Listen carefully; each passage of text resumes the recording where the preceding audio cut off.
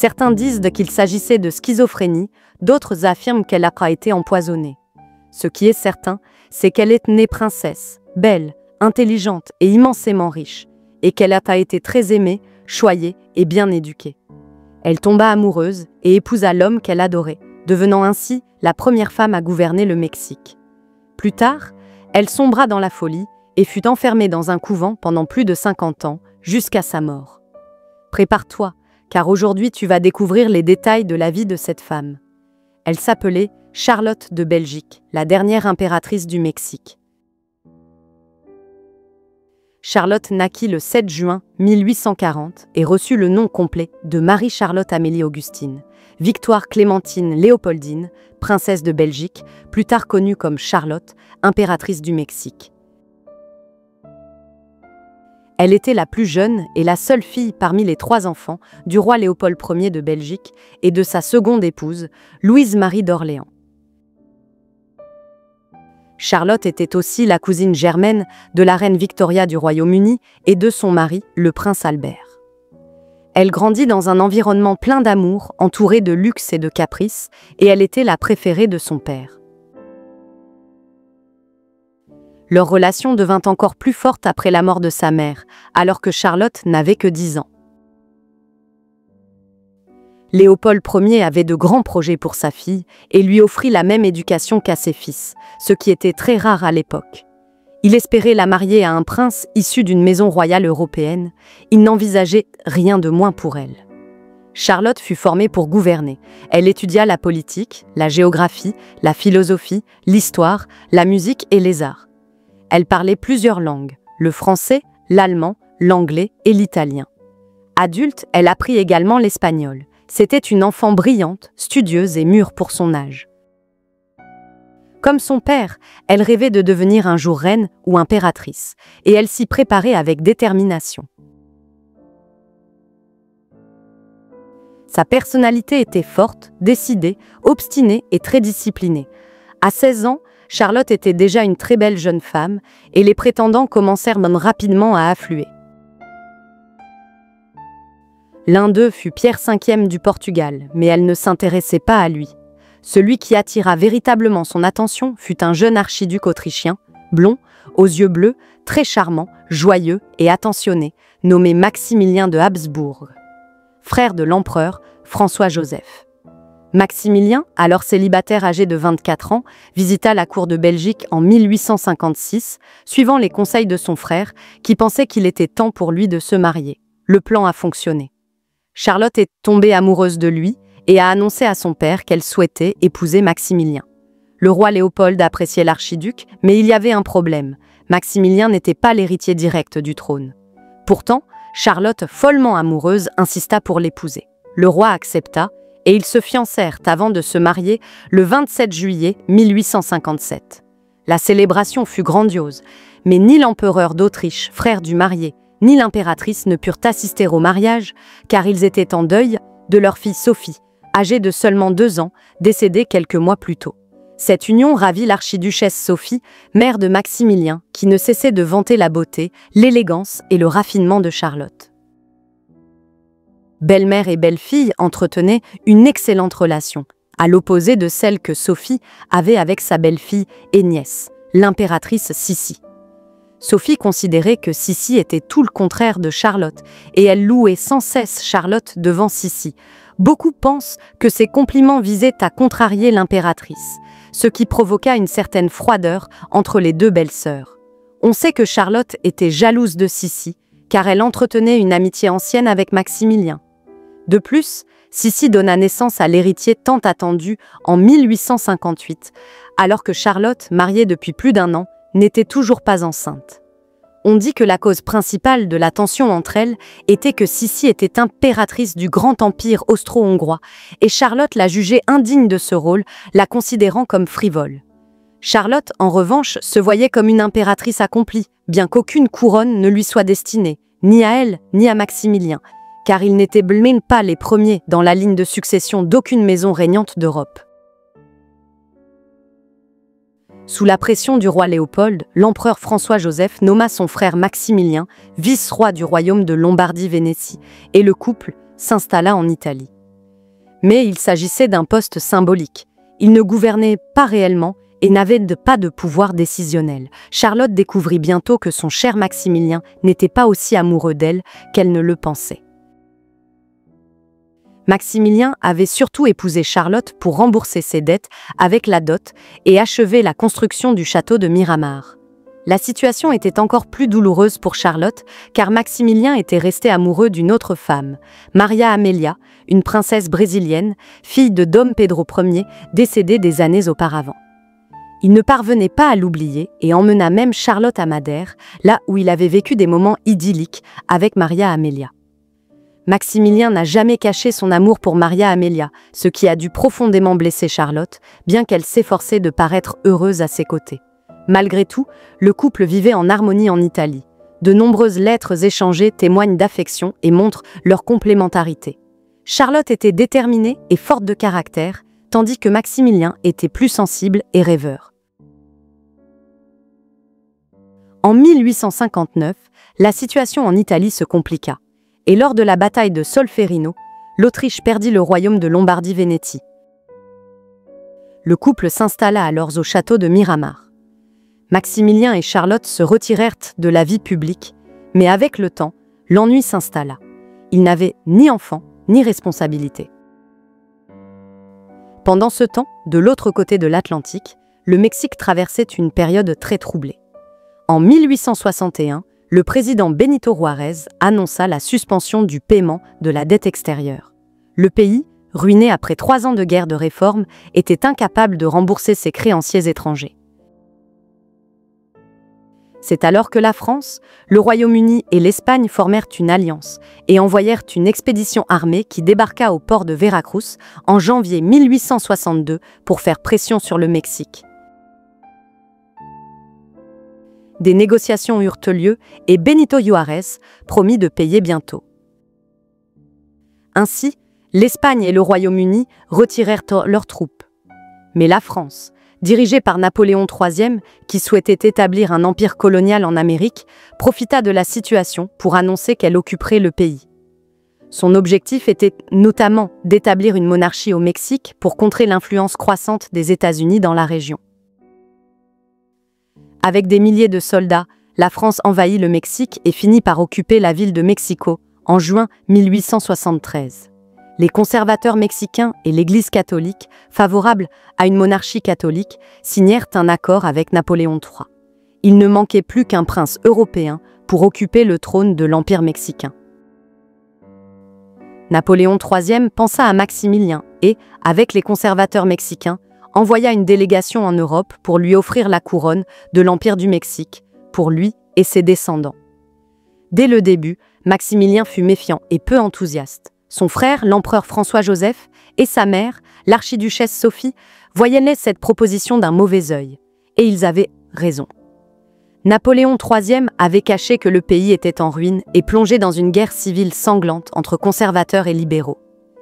Il alla même jusqu'à organiser un faux plébiscite pour convaincre Maximilien que le peuple mexicain désirait un empereur. Tous se méfiaient, sauf Charlotte. L'idée de devenir impératrice d'un pays aussi vaste, magnifique et ensoleillé la séduisait. Elle était convaincue que c'était sa grande chance de régner. Elle commença rapidement à persuader son mari d'accepter l'offre, malgré les avertissements de son frère, de sa mère et même de son ami Sissi. François-Joseph alla jusqu'à dire que, si Maximilien acceptait, il devrait renoncer à ses droits à la succession du trône d'Autriche. Charlotte insista, tant qu'elle finit par convaincre son mari, et Maximilien accepta finalement la couronne du Mexique. Le couple quitta l'Europe le 14 avril 1864 à bord de la frégate Novara et arriva au port de Veracruz le 28 mai de la même année, pensant être accueilli avec joie et festivité. Mais ce fut tout le contraire. Personne n'était là pour les recevoir. C'est alors qu'ils commencèrent à comprendre qu'ils avaient été trompés. Ils s'installèrent au château de Chapultepec, dans la ville de Mexico. Le couple fut déçu en découvrant la véritable situation du pays, mais restait enthousiaste et commença rapidement à prendre des décisions et à diriger le gouvernement. Pourtant, bien que les conservateurs et l'Église catholique les aient placés au pouvoir, les nouveaux empereurs étaient des libéraux progressistes. Leur politique en faveur du peuple entrait en conflit avec les intérêts de ceux qui les avaient couronnés. Ils affrontèrent l'Église catholique en confirmant les lois qui lui retirèrent ses biens, reconnurent la législation réformiste et allèrent jusqu'à inviter Benito Juárez à participer au gouvernement. Mais celui-ci refusa catégoriquement l'offre, car il se considérait comme le président légitime du Mexique et trouvait cette invitation insultante. Maximilien et Charlotte profitèrent de leur grand pouvoir pour promouvoir le développement économique et social du pays. La justice et le bien-être du peuple étaient avec leurs priorités. L'un des premiers actes de Maximilien en tant qu'empereur fut de limiter les heures de travail et d'abolir le travail des enfants. Il annula les dettes des paysans supérieures à 100 pesos, rétablit les propriétés communautaires et interdit toute forme de châtiment corporel. À cette époque, les grands propriétaires terriens avaient toute liberté pour emprisonner ou même torturer leurs travailleurs avec du fer chaud ou des fouets. Maximilien voyagea à travers tout le pays pour mieux comprendre sa réalité, laissant son épouse, désormais l'impératrice Charlotte, comme régente. Ainsi, elle devint la première femme à gouverner de facto le Mexique. L'impératrice Charlotte mit en place plusieurs mesures pour moderniser le pays, comme la construction de lignes de chemin de fer à vapeur et l'installation du télégraphe. Elle s'investit également dans la charité, fonda un conservatoire de musique et une école de peinture, ouvrit des crèches et des orphelinats, et promulgua une loi d'éducation publique garantissant l'école primaire gratuite et obligatoire pour tous. Cependant, Maximilien trouva bientôt de nouvelles maîtresses, ce qui blessa profondément Charlotte. Elle n'avait toujours pas réussi à tomber enceinte et se sentait sous pression pour donner un héritier. On ignore encore aujourd'hui pourquoi elle ne tomba jamais enceinte. Maximilien résolut la question de la succession en adoptant Agustín et Salvador, les petits-fils du premier empereur du Mexique, Agustín de Iturbide. Charlotte accepta cette décision et le couple commença à dormir séparément. Selon certains historiens, cela fut un soulagement pour elle, car Maximilien aurait contracté la syphilis et beaucoup pensent même qu'il la lui aurait transmise. Les nouveaux empereurs du Mexique étaient de bons dirigeants et se souciaient réellement du peuple. Mais comme leur politique allait à l'encontre des intérêts des conservateurs qui les avaient mis au pouvoir, ils perdirent peu à peu leur soutien. Pendant ce temps, les républicains libéraux continuaient à se battre pour mettre fin à la monarchie. La situation devint de plus en plus critique pour le couple impérial. Les troupes françaises de Napoléon III ne parvenaient pas à contrôler les guérilleros républicains. Et à la fin de la guerre civile aux États-Unis, ce pays décida de soutenir Benito Juárez et les républicains. Ainsi, Napoléon III rompit l'accord passé avec Maximilien et commença à retirer ses troupes du Mexique pour les ramener en Europe, prévoyant une guerre imminente contre la Prusse. Maximilien et Charlotte se retrouvèrent complètement isolés, sans soutien français, conservateur ni libéral. Maximilien écrivit à sa mère pour lui annoncer son intention d'abdiquer, mais l'archiduchesse lui répondit « Un Habsbourg n'abdique jamais ». Charlotte, qui montrait déjà des signes de folie, interdit à son mari d'abdiquer. Elle déclara que seuls les vieux et les faibles abdiquaient, et non un homme jeune de 34 ans, plein de vie et avec un grand avenir devant lui. Très affecté par la situation, Maximilien décida de rester au Mexique, même s'il savait que tout était perdu. Déterminée à sauver l'Empire et son époux, Charlotte partit pour l'Europe le 9 juillet 1866 à la recherche d'un soutien militaire et financier. Napoléon III savait qu'elle arrivait car elle l'avait prévenu par télégramme. Pourtant, personne ne l'attendait à son arrivée. Et à Paris, elle dut loger dans un hôtel, le palais impérial lui ayant été refusé sous divers prétextes. Elle se rendit au palais et exigea de voir l'empereur. Mais Napoléon III resta impassible et lui répondit qu'il ne pouvait plus rien faire pour Maximilien ni pour le Mexique. Pas un homme de plus, pas un franc de plus. Charlotte perdit tout contrôle face à cette réponse. L'impératrice Eugénie de Montijo lui offrit un jus, mais Charlotte refusa de le boire, les accusant tous de vouloir l'empoisonner. Charlotte se rendit alors à Rome pour solliciter l'aide du pape Pie IX, espérant qu'il inciterait les princes catholiques à soutenir Maximilien, ce que le pape refusa. Lorsqu'elle arriva devant le pontife, elle était déjà très instable. Elle mordait un mouchoir, faisait des convulsions et s'exprimait dans un mélange confus de plusieurs langues. Le pape comprit qu'elle était terrifiée par ses accompagnateurs, convaincu qu'ils voulaient l'assassiner et qu'elle croyait que Napoléon III et l'impératrice Eugénie l'avaient empoisonnée. Elle tenta même de se faire vomir en s'introduisant un doigt dans la gorge.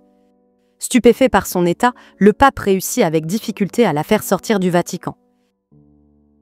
Elle refusait de manger, persuadée que tout était empoisonné, et ne voulait pas dormir de peur d'être tuée pendant son sommeil. Le lendemain, Charlotte retourna au Vatican pour exiger une nouvelle audience avec le pape. Elle fit un tel scandale qu'on la mena immédiatement à lui alors qu'il prenait son petit déjeuner. En voyant les restes sur la table, elle se jeta dessus et mangea tout ce qu'elle put, certaine que la nourriture du pape n'était pas empoisonnée. Les paranoïas de Charlotte ne cessèrent de s'aggraver. Elle refusait toute nourriture ou boisson offerte. Elle en vint à boire l'eau des fontaines romaines et se nourrir des fruits qu'elle cueillait elle-même. Pendant ce temps, au Mexique, Maximilien fut vaincu et capturé par l'armée républicaine à Querétaro. Après un procès, il fut exécuté le 19 juin 1867. La nouvelle fut un choc immense pour Charlotte, qui sombra dans une profonde dépression. On dit que c'est à ce moment-là qu'elle perdit définitivement la raison. On ne sait pas avec certitude ce qui provoqua la perte totale de la stabilité mentale de Charlotte. Son frère, le prince Philippe, comte de Flandre, assuma la responsabilité de sa garde et fit appel à des médecins qui la déclarèrent démente. Dès lors, Charlotte vécut recluse pour le reste de sa vie, d'abord au château de Miramar, dans une chambre grillagée, où elle reçut les traitements psychiatriques typiques de l'époque. Plus tard, elle fut transférée au château de Tervuren, puis enfin au château de Bouchoux, en Belgique. Charlotte passa plus de 50 ans enfermée dans ces châteaux, sans jamais recouvrer la santé mentale. Avec le temps, elle perdit la peur d'être empoisonnée, mais insistait toujours pour que ses repas soient préparés devant elle. Elle parlait seule, s'adressait à Maximilien comme s'il était vivant, et se référait fréquemment à elle-même, à la troisième personne, en tant que l'impératrice Charlotte. Elle mourut d'une pneumonie en 1927, à l'âge de 86 ans, 60 ans après l'exécution de son mari. Une théorie affirme que la déchéance mentale de Charlotte aurait été causée par une guérisseuse de Mexico. Désespérée de donner un héritier à l'Empire, Charlotte aurait consulté cette femme, dissimulant son identité sous un déguisement. Mais la guérisseuse, sympathisante de Benito Juárez, l'aurait reconnue et, selon certains récits, lui aurait administré intentionnellement une forte dose de théonanacatl, un champignon psychotrope utilisé comme tonique en très petite quantité, mais pouvant provoquer des troubles mentaux irréversibles à forte dose. Sur son lit de mort, selon certaines sources, ses derniers mots furent « Tout cela s'est terminé en échec. J'espère en Dieu que l'on se souviendra de nous avec tristesse, mais sans haine. » Charlotte repose aujourd'hui dans la crypte royale où sont enterrés les anciens souverains de Belgique.